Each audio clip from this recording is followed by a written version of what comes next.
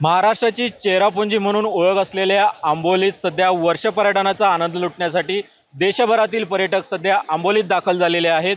मी सध्या आंबोलीच्या मुख्य धबधब्यापाशी आहे आणि आपण जर पाहिलं असेल तर हा आंबोलीचा धबधबा आहे तो मुक्तपणे उसळतोय आणि या धबधब्याच्या पायथ्याशी पर्यटक मोठ्या संख्येने वर्षा पर्यटनाचा आनंद लुटत आहेत। अशीच गर्दी सिंधुदुर्गातील अनेक धबधब्यांपाशी आपल्याला पाहायला मिळते। मात्र आंबोली हे वर्षा पर्यटनाचं प्रमुख केंद्र असल्यामुळे कोकणासह महाराष्ट्रातील कानाकोपऱ्यातील पर्यटक जे आहेत ते या ठिकाणी वर्षा पर्यटनाचा आनंद लुटण्यासाठी येत असतात। माझ्यासोबत काही पर्यटक आहेत। दादा, तुम्ही कुठून आलात आणि वर्षा पर्यटनाचा आनंद आंबोलीत कशा पद्धतीने लुटतात? आम्ही सांगलीहून आलो सगळेजण। आम्ही कॉलेज स्टुडंट आहे। तर आंबोलीची भेट सांगायची म्हणजे ही अचानक भेट झालेली आहे आमची, कारण आम्ही आलो होतो सुरला बेळगावच्या वॉटरफॉलसाठी, पण तो बंद असल्यानं आम्ही नुसतं ऐकलं की आंबोलीचा धबधबा आणि तिथलं निसर्गरम्य वातावरण काही अशा प्रकारे खुललंय ना, स्वर्गापेक्षा अधिकच म्हणजे असं सौंदर्य आले याला।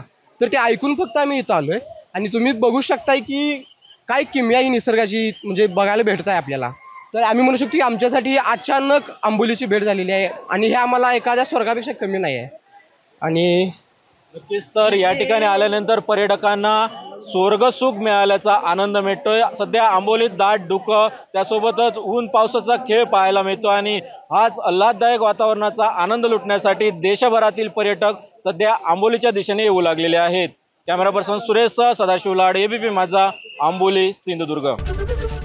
एबीपी माझा, उघडा डोळे बघा नीट।